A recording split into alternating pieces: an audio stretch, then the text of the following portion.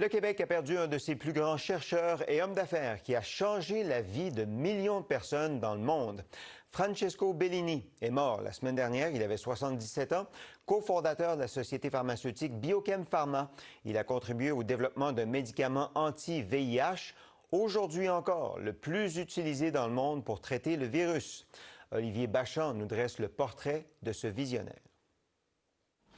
Né en Italie et arrivé au Canada en 1967, Francesco Bellini est l'un des bâtisseurs du secteur biopharmaceutique québécois. Cofondateur de Biochem Pharma dans les années 80, il participe au développement du 3-TC, un médicament phare dans la lutte contre le VIH, le virus de l'immunodéficience humaine. Je pense que Biochem pourra donner une contribution à l'humanité.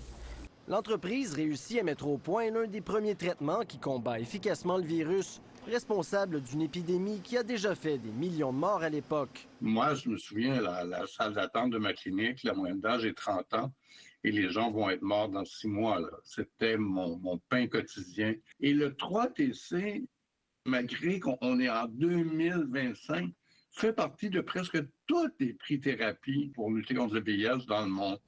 Après la vente de Biochem Pharma pour près de 6 milliards de dollars en 2001, Francesco Bellini dirige plusieurs autres entreprises du secteur pharmaceutique. C'est un pionnier de la biotechnologie au Québec. Ça a été le premier à faire en fait une société basée sur de l'innovation, de la science, des découvertes académiques, les amener en développement clinique, éventuellement à la commercialisation.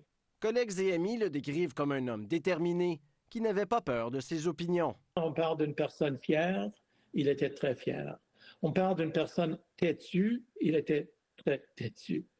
On parle d'une personne qui n'accepte jamais non comme réponse. Francesco Bellini. Pour sa contribution, Francesco Bellini sera fait officier de l'Ordre du Canada et de l'Ordre du Québec. Il laisse dans le deuil sa femme et ses 2 fils, Roberto et Carlo, qui lui ont rendu hommage sur le réseau social LinkedIn. Il a construit une des plus importantes compagnies biotechnologiques de son époque, mais surtout, il a eu un impact positif sur la vie de millions de personnes, écrivent-ils. Il travaillait fort, mais rentrait toujours à la maison pour le souper. Francesco Bellini laisse derrière lui un legs qui n'est pas prêt d'être oublié.